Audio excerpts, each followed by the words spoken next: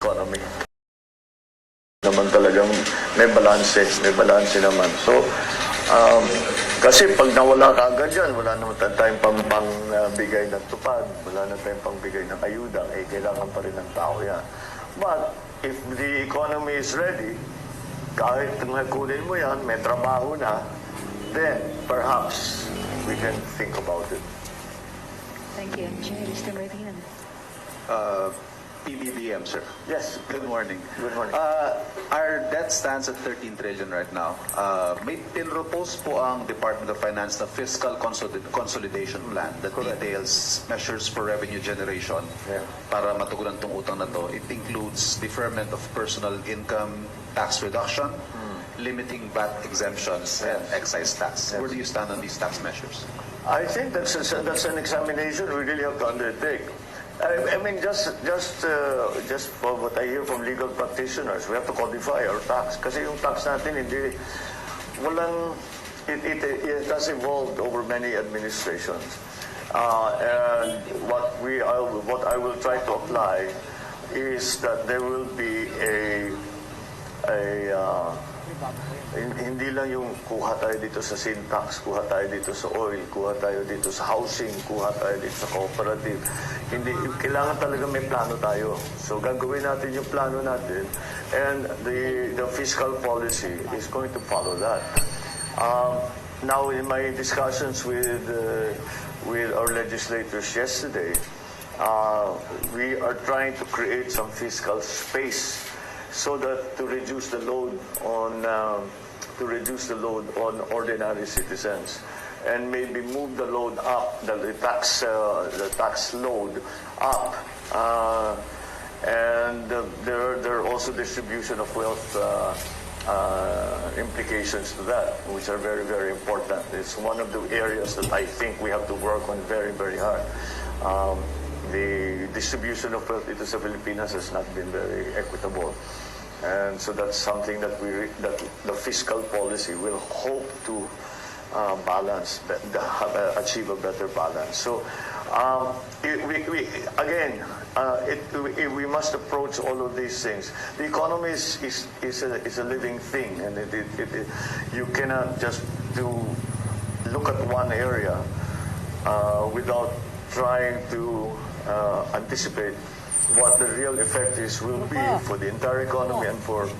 So we have to, the point I'm making is that we have to have an economic recovery plan, and the fiscal policy will follow that. What areas will we encourage? What comes out off the top of my mind is MSMEs kagad. Bawasan na natin, or we give them a holiday, tax amnesty, tax holiday. We're studying that now, because that's the only way that I can see. We do microfinancing even in the private sector. We want them to come back because the 62% of our employees are in MSMEs.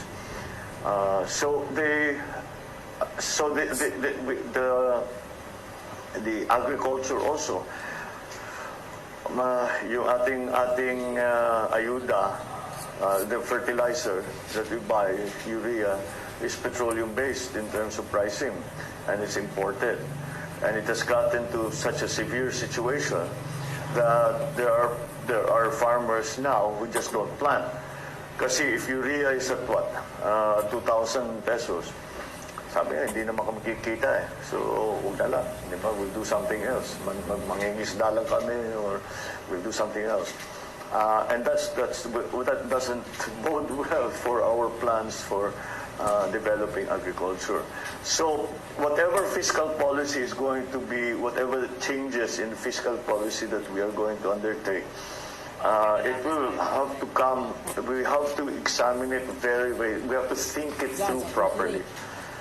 So yung mga pabigla-bigla na tinataas, binababa, hindi natin magagawa yun, dahil kung gawin natin yan, it will, if there are too many moving parts, you cannot anticipate what will happen. And so we have to be careful, and there are many variables. Move the variables one by one. Huwag mong sasabay-sabay, kasi then you don't know what's happening.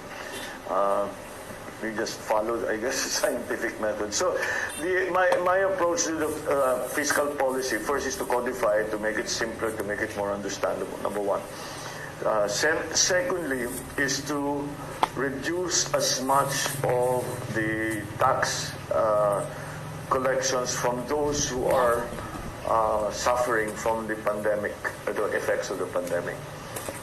That means MSMEs, agricultural sector, transport, yung mga ganun. So, babawasan natin. Let's hope we can raise funds in another area and use it there. So, then again, very important to me is the distribution of wealth issue. So that will also be part of the thinking that will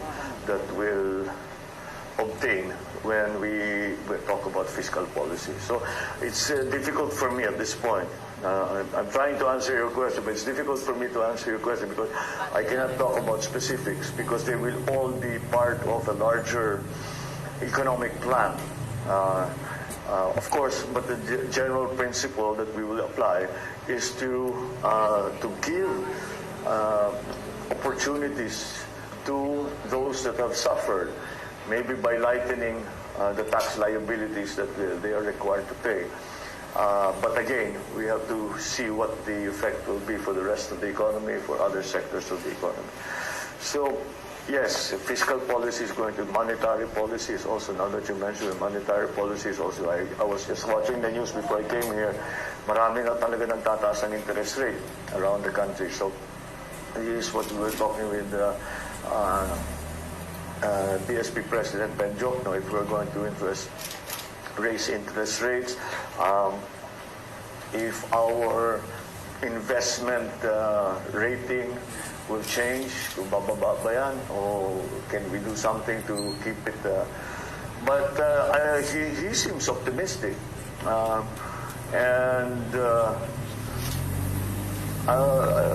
to an extent, I share his optimism, and I think we can do it. But we have to be very, very, how do you say? We have to be very circumspect about making sudden changes. Because as we've seen, all of these sudden changes have had some unintended consequences in other parts of the EU. Hindi mo na makakalain, may pumutok doon kasi dito may ginawa ka rito. Like I said, the economy is a living thing and it's always a work in progress. So we'll continue to examine all of that. Yeah.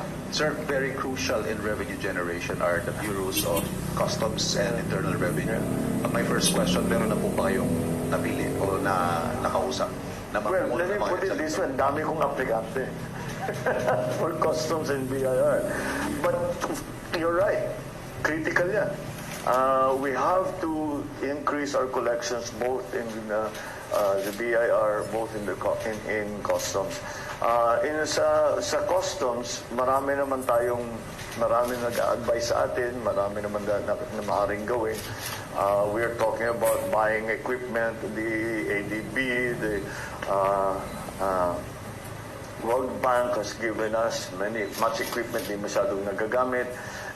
We have to increase that. Also, we have to develop the ports so that the business grows.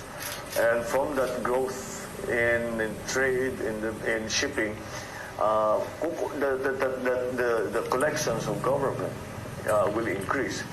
But the efficiency of the Bureau of Customs has to be really seen too. Hindi naman mangyayari yan na nag-iisa. And we've all heard the horror stories about it. But structurally, we have to approach it in a new way and say that the main job of the Bureau of Customs is to increase their collection through ease of doing business, even just the documentation, and then of course all this new equipment that we can to be able to handle larger increases in volume. So that I think is how we are going to head when it comes to customs. And yes, Yes, I have had many applications to head the Bureau of Customs, but I'm sure we will find the right people. I have a fairly good idea of who has been able to show performance. And the BIR, ganun din. What we have to do is make more efficient the entire process. Number one, make it easier for people to understand what the tax structure is. Put people in there. Of course, hindi mo matatanggal pa sa usapan. Let's not pretend na pag pinag-usapan customs at saka BIR, ang daming corruption. I was going to go there, sir, if I may. Meron po ba kayong magiging specific marching orders to the people you will appoint to these agencies with regard to allegations of corruption? Well, there's no place for, there should not be any place for corruption. Unfortunately, naging in some areas naging endemic na talaga yung corruption. You will have to really dig deep. I hope we do not have to do what then Prime Minister Mahathir did, where he said, sige, mag-15-30 lang kayo kasi may tenure sila. Mag-15-30 lang kayo, huwag kayong papasok, palitan ko kayo lahat. I hope we don't have to go that far, but I'm willing to. This is too important. Otherwise, it just doesn't work. Corruption, kalimutan na lang natin yung nakaraan. Let's just do it. Huwag natin sasabihin natin, sige, that was not under my watch. Hindi ako namamahala nun. Ngayon ako na namamahala. So wala nang ganyan. At kung meron pang ganyan, habol-habulin talaga namin kayo. At hindi po pwede yan because we will not succeed. The government, the economy in the Philippines will simply not succeed if we cannot collect duties, tariffs, etc. Through the Bureau of Customs, and we do not have good collection on taxes, both at the national and at the local level. Hindi talaga obra. We cannot. The numbers don't don't match. So that's why it is very, very important, and we have to, at the very least, reduce the corrosive influence of corruption in government as a general rule. President on appointments. Sa DICT po, PBBM, meron na po kayong nagpipisel kung sinong ilalagay nyo doon. Since sabi nyo po kanina, priority po ninyo yung digitalization. Yeah, I have already a person there, but we are still trying to put together the plan. Siguro within this week, pwede na namin. Kasi inaayos pa lang namin. Kailangan kasi para sa akin, bago pa tayo mag-nome, maliwanag na kung ano yung kailangan namin gawin. At kung paano gagawin, ano yung timetable. So yun ang nililiwanag ko pa naman sa ngayon. It really is at this stage, the ICT, it's technical. Ano ba yung kaya natin gawin? Where's the technology now? Who can help us with the technology? So we're trying to figure that out. Because yung digitalization affects every single agency in government, both national and local. And until we do it, yung efficiencies natin, yun, corruption na naman ng maraming sources of abuse. And certainly, yung ease of doing business lang. Yung tao naman, hindi naman dapat papupuntay ng 20 opisina. Spend 3 days para makuha lang mga pirma na lalapit-lapitan pa ng mga fixer, na kailangan tanggalin natin lahat yun.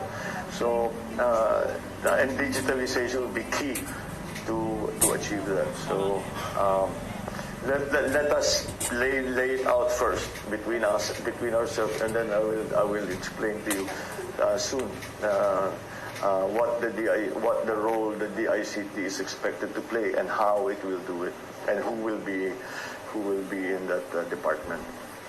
Doon lang po sa ito yung pinaka-concern ng ating mga mamamayan, yung napabalita na po na maibababa sa 20 pesos ang kada kilo ng bigas. That's the aspiration. Paano po natin yung gagawin po bibigyan? Ibubuhin natin yung value chain na pinag-uusapan ko sa Kausap ko na yung mga ibang trader. Baka pwede nating i-hold ng ilang buwan. yung presyo ngayon. I think we'll be able to do it as a first step. But in the long term, we really have to fix our value chain. That's the only way. Ngayon, ang nagiging problema, one of the problems that is popping up in agriculture, yung edad ng ating mga magsasaka. I'm sure you've all seen the statistics. It's 56, 57, whatever. But that's not the good number. That's too high a number. And unfortunately, ang mga farmer mismo nagsasabi sa kanilang mga anak, huwag kang mag-farming, ang hirap ng buhay na ito. Mag-aral na lang kayo, magtrabaho kayo sa opisina. Kaya kami naghihirap dito para hindi nyo na kailangan gawin ito. And that's why young people are not coming into agriculture. Now, how do we change that? We must employ new technologies. It has to be industrial farming. It has to be, ang dami naman bago. Especially with the advent of global warming. Nakita niyo ba itong taon na ito? Naintindihan niyo ba yung weather? Kung kailan yung tag-araw, kailan yung tag-ulan. Sinasabi ng pag-asa sa atin, tag-araw ngayon, pero panay naman ang ulan. Sinasabi nila, tag-ulan na, hindi naman umuulan. So, talagang masyado na magulo. That's why we need high-tech solutions. And that will bring younger people in. Because we're not talking anymore about traditional farming only. Of course, you will still have to put seeds into the ground. But marami ng bagong technologies that are developed by younger people. And so they can get involved in agriculture again. Like I said, COVID changed everything. We cannot depend on the old system.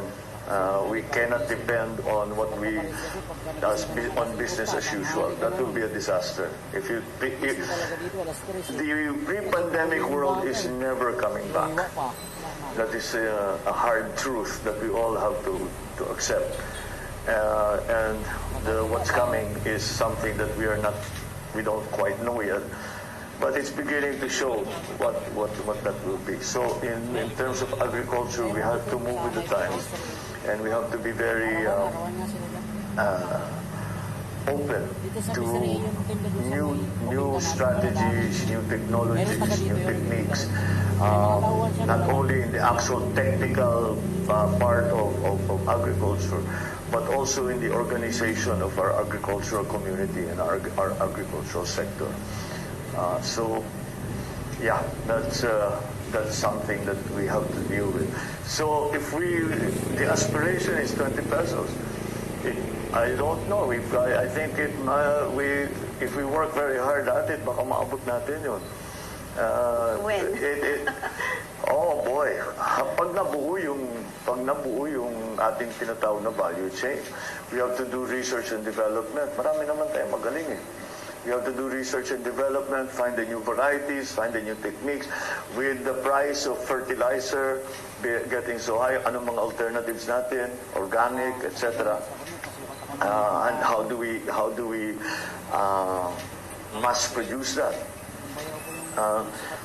In the dozen of. And then we have to bring all these new technologies to the farmer. And we have to teach them what this how to best take advantage of all of the things that we have discovered. We have to find new ways of production. And agriculture naman, pinag-uusapan, hindi lang bigas yan eh. Hindi lang crops yan eh. Fisheries yan at saka livestock. So lahat yan kailangan natin tignan. And with in mind, you should always keep in mind, there must be sufficient food supply. Kailangan may sapat na bigas, kasi yan ang ating meron. We have to also look at protein. Siyempre, livestock, fisheries. Hindi lang naman iisa yan. So, that has to be developed. Now, the good thing about that is that for the Philippines, we don't have to reinvent the wheel. Marami naman tayong pupuntahan na magtaturo tayo. Ang masakit lang dyan is these are the people that studied in UPLB na ngayon pupunta na paano ba yung pinakabago, pinakamaganda. Yan yung mga nasa IRI noon, nasa Field Rice, bumalik na, umuwi na, and they're making a success of agriculture. But, whatever it takes, we will do it. Thank you, Ms. Eden. Jay, if you have no more questions on appointments, you can go to Food President. Appointments lang, sir. Balikan ko lang. Sige. Magkakaroon ba ng Special Assistant to the President na position? And who will it might be? Well, that actually is an existing position already. Special assistant, yes. Well, I suppose we can already, we've asked Congressman Anton Lagdameo to fill that position. Yeah, because it's very sensitive and very important in the sense that we have worked, we've known each other since he was a child. Hindi na ako child noon. Pero since he was young. So he knows me very well. He has been with us, working with me for past 10 years, mga ganon. So in terms of the working relationship, and then, yes, between the two of us, siguro we've already found a modus vivendi. So that should be an easy, easy position for him to pick up on. Sir, May inside info kaya, ba't alam mo? Sir, yung si Deputy Speaker Marcoleta, what will happen to him? And recently, he has been told us sa media na there's an offer for Professor Clayta Carlos to join your cabinet rank. Anong update sa kanya, sir? Marcoleta and Professor Carlos. Everybody's still we're still talking about the role. Because ang approach ko naman sa lahat na nare-recommenda o napupunta sa akin is, first of all, where do you feel, marami naman nagsasabi kahit saan, basta ilagay mo ako kahit saan. Marurunong naman, magagaling naman. And I always ask them back, I said, where do you feel you will be the most useful? And so all of that, si Katante Marcoleta, I asked him the same question, and I'm waiting for his answer. But definitely, with his legal prowess, I think that he will be of great use to us. Now, I understand that in his particular situation, meron pa siyang opportunity mag-congressman. Oo, dun sa party list. So, he will have to decide that. That's his decision to make. So, pag-uusapan namin ulit. The professora, of course, we've been in consultation with her and asking her. And again, it's the same question. Where do you feel that you will be the most help? And again, we're waiting for that answer because alam naman natin na marunong naman si Professora. She's at least informed, especially in terms of foreign policy and international politics, talaga maraming maitutulong. Solgen, sir. Sinong Solgen mo? Sorry? Solicitor General. Sa? Solgen. OSG. Which one? Solicitor General, sir. Social welfare. Soldier. Huh? Solicitor. Solgen. Oh, okay. Hindi ko naintindihan. Okay. Marami din eh. Ang daming magagaling. We are lucky in that marami nga na who are some of the legal luminaries have expressed their willingness to join the government, and that's one of the offices that we're talking about. That's going to be very important. I'll talk to. We will. Hindi pa finalize. Hindi pa finalize ang sino magsusol dyan. Do you have a question on food prices? Matapos na tayo. Okay. Isa ho sa mga immediate na problema nga harapin ng inyong administrasyon ay ang sinasabing food crisis ng Department of Agriculture. In fact, just this week, laman po ng balita yung kakulangan sa patatas. And then, ang sabi ng Philippine Chamber of Agriculture and Food, maaring last quarter po ng taong ito ay maramdaman natin ang husto itong food shortage dahil sa taas ng presyo ng fertilizer, farm inputs, mataas na presyo ng trigo. Ano ho ang inyong mga concrete plans para masiguro ang sapat at abot kayang pagkain sa lahat ng Pilipino? We have to just increase production and baka mapilitan pa rin tayo mag-import. The importation was forced on us because our production, the problem is that the production was not sufficient. Now, since the production was not sufficient, to keep the prices down to an affordable level, we have to import. And nasa crisis tayo, we're in an emergency situation. So we may have to continue to do that. But in my view, not only for import substitution, I think we really have to help the agricultural sector. In the immediate future, yung mga inputs, kailangan nating tignan what can the government do to support the inputs. The biggest component now is urea. And again, exactly as you mentioned, 2,000 pesos, hindi nila kaya talaga. So maybe there is a way that we can come to an agreement with some other countries, not to buy in bulk or to somehow defer payment, all of these things that we will have to do because it's a crisis. So we have to bring down the price of inputs if we are going to increase production. But we cannot just look at, again, business as usual. We have to really find new ways of growing food. We have to find new ways of for the livestock. We have to find new ways of fisheries, both coastal and inland. There are many opportunities there. So I think that's something that we must pursue. But again, as I told you, in the immediate future, we have to support the farmers, and the problems with the inputs now we cannot change immediately. But immediately, what we can do, as I said, is to find sourcing of the inputs that again we will have to import. I mean, it hurts to say it. It hurts to think it, but we are in an emergency. Napabayaan talagang agri. May pondo po ba tayo para sa pag-aangkat? Sa Pag-aangkat.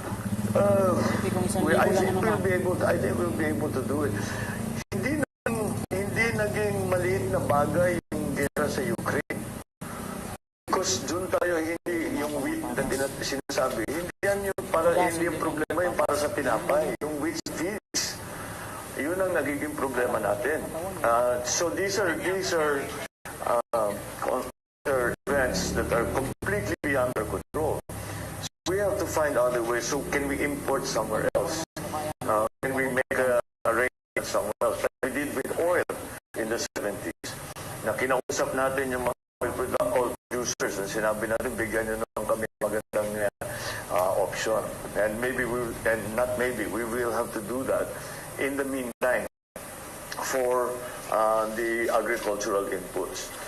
Pero kailangan talaga mas lahat yung mga research and development, lahat ng pautang. That's one of the areas that we really want to look at. Fortunately, bank has converted itself into an agricultural bank anymore. They really operate as a commercial bank. So maybe we can return those lending institutions that are supposed to be supportive of the agricultural industry, supportive of farmers, back to its original brief na kung saan naman napunta. We have to return many of the functions of agencies in government to what they are supposed to be, but they have turned into something else. Like NFA was never formed to import. Quite the contrary. NFA was formed to stabilize prices. And sana ibalik natin doon. But again, I want to the is serious. Will take in the immediate future. I think we will be able to find palliatives. Para naman makatulungan tayo for now. But those cannot be the solutions, long-term solutions. To find long-term solutions. And there's nothing more we have to go back to. I know I keep seeing the place that really is the value chain of agriculture. From beginning with production, to processing, to mechanization, to credit, all the way to retail.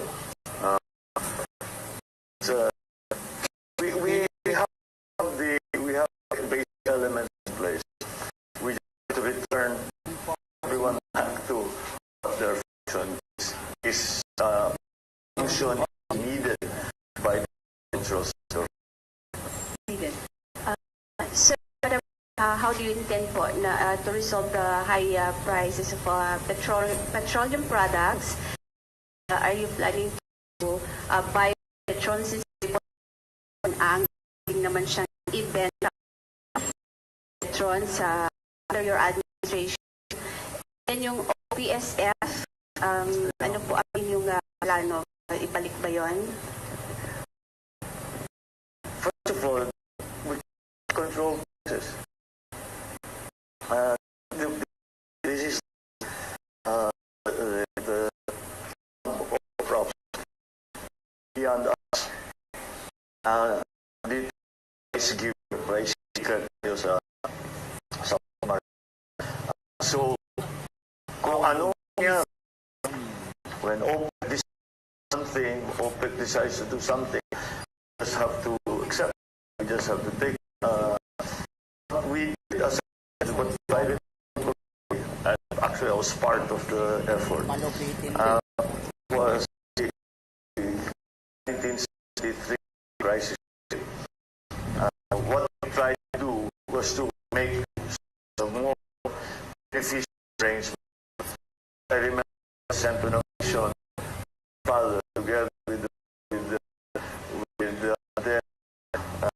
Secretary of Energy, and we discussed with Saudi Arabia and all the other oil-producing countries that we buy oil from to lengthen the payback period from, I think it was 90 days to 180 days. And we were able to manage that, which medyo talagang naging mas maganda ang sitwasyon, because also we were very worried at that time of our foreign reserves.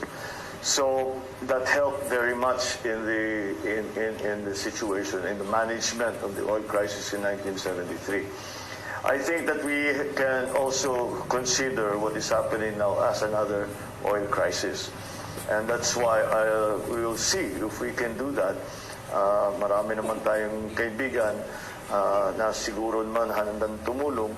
At I think that the relationship that has been formed with countries in the Middle East, oil producers in the Middle East, by our OFWs, will help us, because meron na silang experience sa Pilipino. At marami na tayong, we have many dealings already with them. Maybe we can open these negotiations. And on the ground here, again, I was at the very beginning, when even before Ukraine, we were watching the oil and gas prices just going up and up and up and up. And I proposed, I said, why do we not subsidize the importation of all energy products?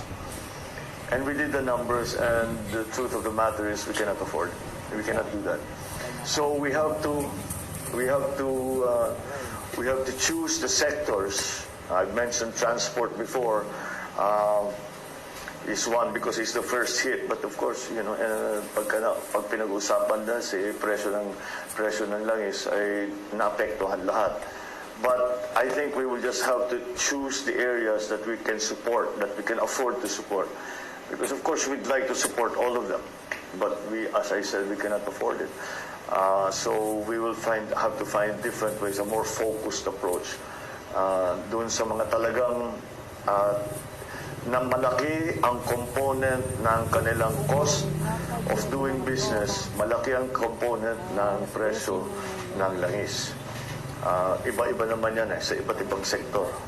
And then also there's a time element to all of this na yung iba tinamaan na kaagad.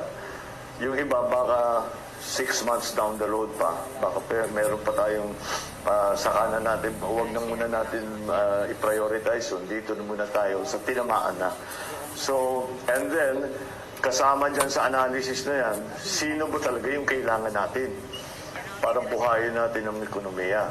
So, mag-focus din tayo doon. Baka pala doon tayo tutulong para bumulusok ang economic activity doon sa area para matulungan ang ating economic recovery. Right. This is our last round. We have time for only 2 more questions. Oh, Mr. that was fast. Yes. Extend natin, sir. If you want. Sir, sa kuryente, ERC Chair De Banadera nagsuggest na tanggalin daw sana po ninyo ang 12% VAT on the generation charge at ang buwisan is yung distribution charge lang para bumaba po yung singil sa kuryente. Your thoughts on that, sir? That's one of the things we're looking at. Meron talagang pwedeng we in each even on the spot market, in the transmission charge, there are areas that pwede pa nating ibaba. So again, I've been talking to some of the producers, yung ating sa energy production side natin.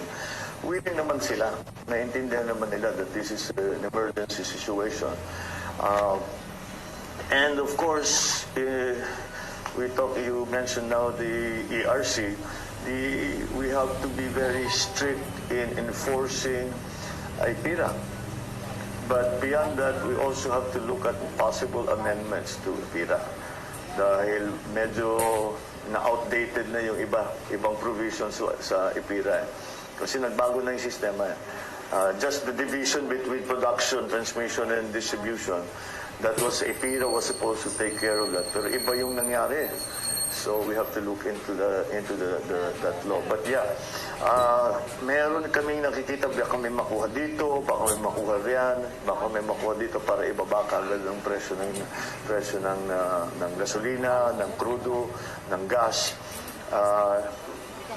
It's the problem is kasi ang production side naman natin when it comes to energy, it's more or less in line with the rest of the world. So it's in the system. There are problems that are inherent in the system, the way it has evolved. So kailangan talaga natin balikan. And the key there will be IPIRA. And we already have a team doing just that, looking to see where we can reduce the price of petroleum goods, number one. And what changes we have to make in terms of legislation, in terms of policy, to make the whole system more efficient, despite the fact that the prices of oil keep going up.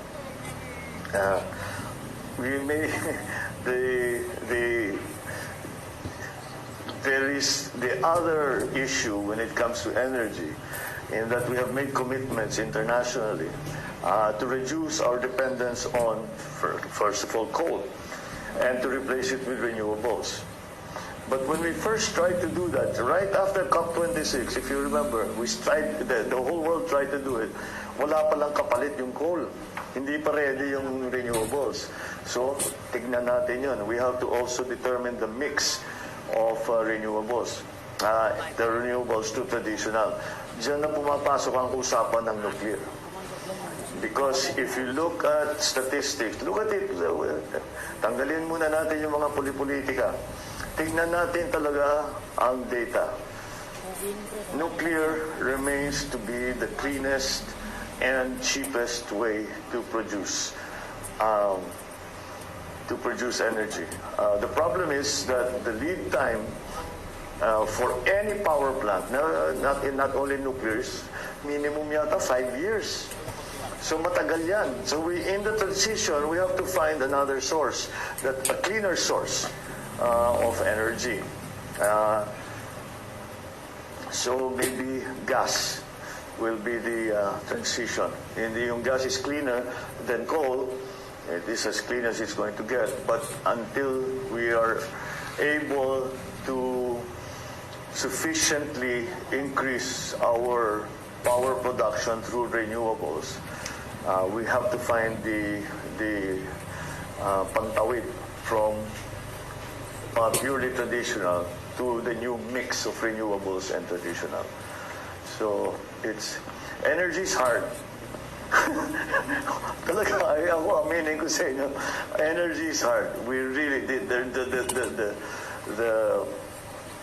the world situation, the local situation, the way that we have evolved our systems, it can be quite complicated. So we have to really come up with some good strategies there. But in general, we have begun to see areas where that may potential na dyan tayo kukuha, may baba natin ang presyo ng singil sa kuryente. Okay? Last question. Yeah, sir, on foreign policy. Okay. Yung may patuloy po mga reports ng incursions, even spying sa internal waters ng Pilipinas. Ano ho ang magiging position ninyo with regard to asserting our sovereignty in the region? What is your position on the arbitral ruling, and how will you enforce it? Well, in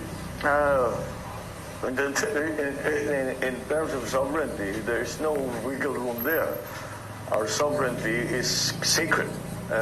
We will not compromise it in any way. We are a sovereign nation with a functioning government, so that we do not need to be told by anyone how to run our own country.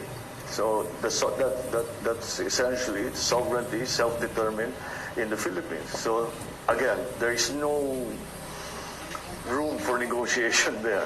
It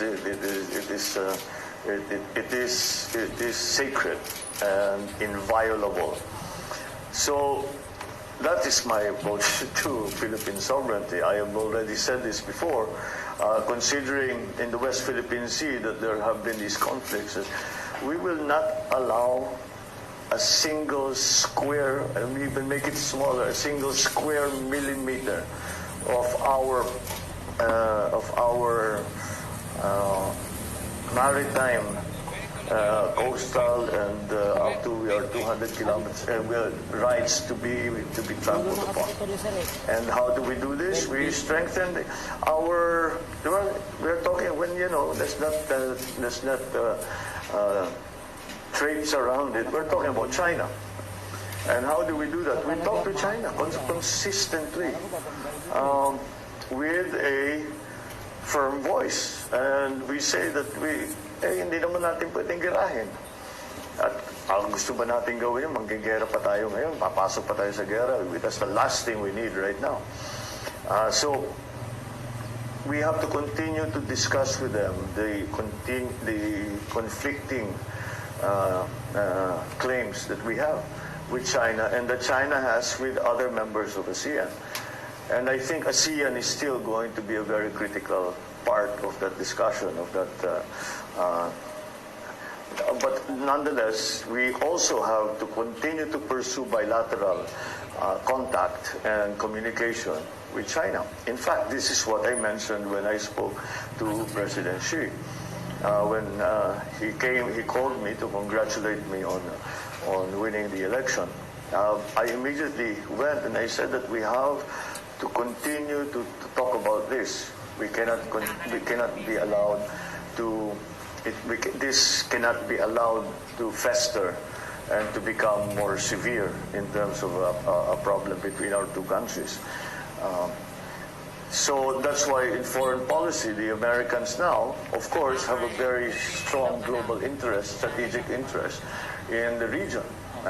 With the rise of China, and their view that the West Philippine Sea is a critical part of the trade routes, which it is, and that's why it's so important. Trade routes for shipping in the region. So we are a small player amongst very large giants in terms of geopolitics. So we have to fly our own way. I've said it before, I'll say it again. I do not subscribe to the old thinking of the Cold War, where we had the spheres of influence, where you were under the Soviet Union or you were under the United States. I think that we have to just find an independent foreign policy where we are friends with everyone. It's the only way. The closest part of China to my province, Ilocos Norte, is 600 kilometers away. We have to be good neighbors, and we ask them to be good neighbors to us as well. It is of mutual benefit to our countries. Now, the role that the United States is going to play, well, we define that role very simply. It comes from our traditional relationship with the United States, which has been very strong and very advantageous to both of us, both the United States and the Philippines, over the past 100 or so years. So that's how we define that. So we must maintain that balance. I think we are not. I don't think we are the only country that's having to do that. And again, the partnerships that we make within the region, ASEANs primarily, are going to be of critical importance when it comes to that. So we have to make those. As I told the ambassadors when they came, not only economically but geopolitically, as we emerge from the pandemic and the crisis that it brought, we have to form alliances and partnerships, because no country can do this, can recover or can change foreign policy on their own. Can change the geopolitical situation on their own. And that's why we have to forge partnerships. And those are the partnerships that will keep things stable. And that's my belief and that's my approach. Last na lang po yung arbitral ruling. Patuloy po ba natin ito igigit? Ay, hindi na natin. Nasa atin na yung arbitral ruling. So we will, of course, we have a very important ruling in our favor, and we will use it to continue to assert our territorial rights. It's not a claim; it is already our territorial right, and that is what the arbitral ruling can do to help us. Ma'am? We have 10 minutes. Sir, may request kasi ang ating mga kababayan nanonood. Meron daw po ba kayong mensahe sa kay President Duterte na inyo pong papalitan ng pwesto, sir? Well, yung mga pinapag-usapan namin bago pa nag-eleksyon, ay sinasabi niya, basta itong mga bagay na ito, ituloy mo. Please, that is the request that sabi niya, this is so important to him. And it's still, siyempre, yung kanyang priority has always been anti-drug problem. And of course, This being placed, if I may. Before the there election, were several. It's not just a single and this one. happened when you were already the front runner in survey. Tama po ba? Not the first few. Wala pa ba? That's more than once po. Pinuntahan ko siya. Sabi ko, how do you want to do this? Ako na natirang kandidato sa administration side. Pwede pa tulungan, ganun, the PDP, etc. Anyway, that was, but ang kanya, sinasabi niya, the one thing that he was very assertive about was that ituloy mo yung anti-drug syndicate na sinimulan ko. Do it your own way. He really said that. Do it your own way. Palitan mo yung gusto, pero wag mong iiwan ang kabataan natin. Talagang nasisira ang mga buhay nila. So that I fully appreciate what he said, and of course the drug problem in the country continues to be a problem, and continue to look that way. So foreign policy, of course, the president, si PRRD, has taken a very slightly unorthodox approach. But again, balance is his thing, so we agree on that. In terms of the economy,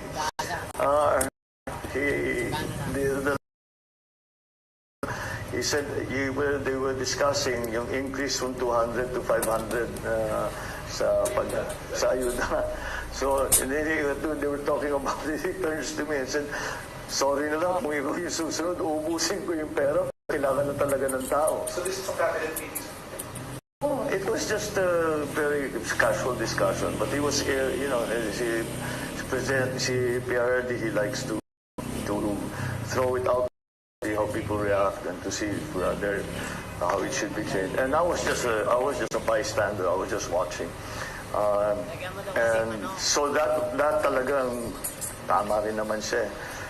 I don't think he had a choice. Talagang it's tao, kawawa masyadong tao. So those were the areas that we specifically spoke. So that's I'm sorry. If he wants.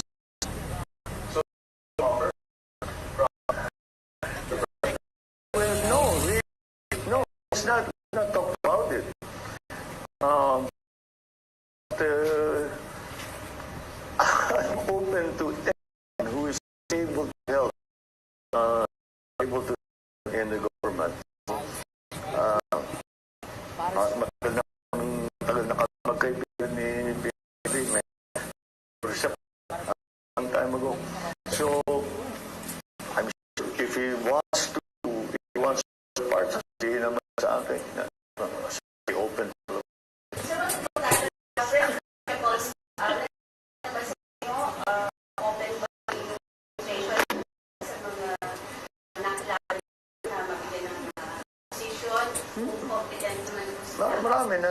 Marami na, meron nga yung sinasabi, meron mga, hindi meron ba,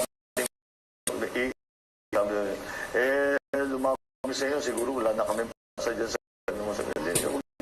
politika lang yan, trabaho tayo. Okay lang yun.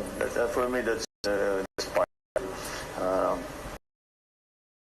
And that's finished. The people spoke.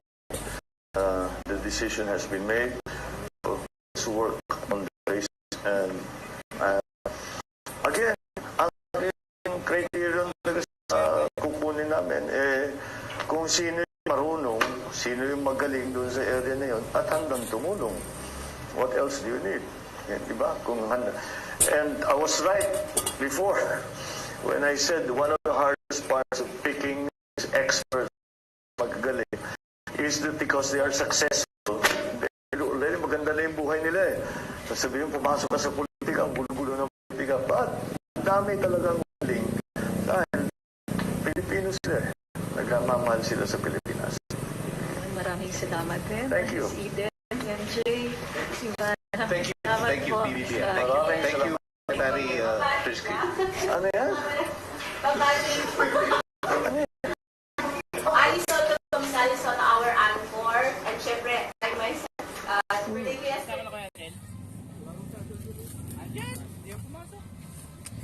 Mamaya na magpawala na. Nandiyan sa loob.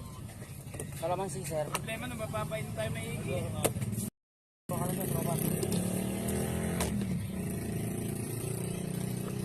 Mark now is his elder sister, his manang or ate Amy. Pero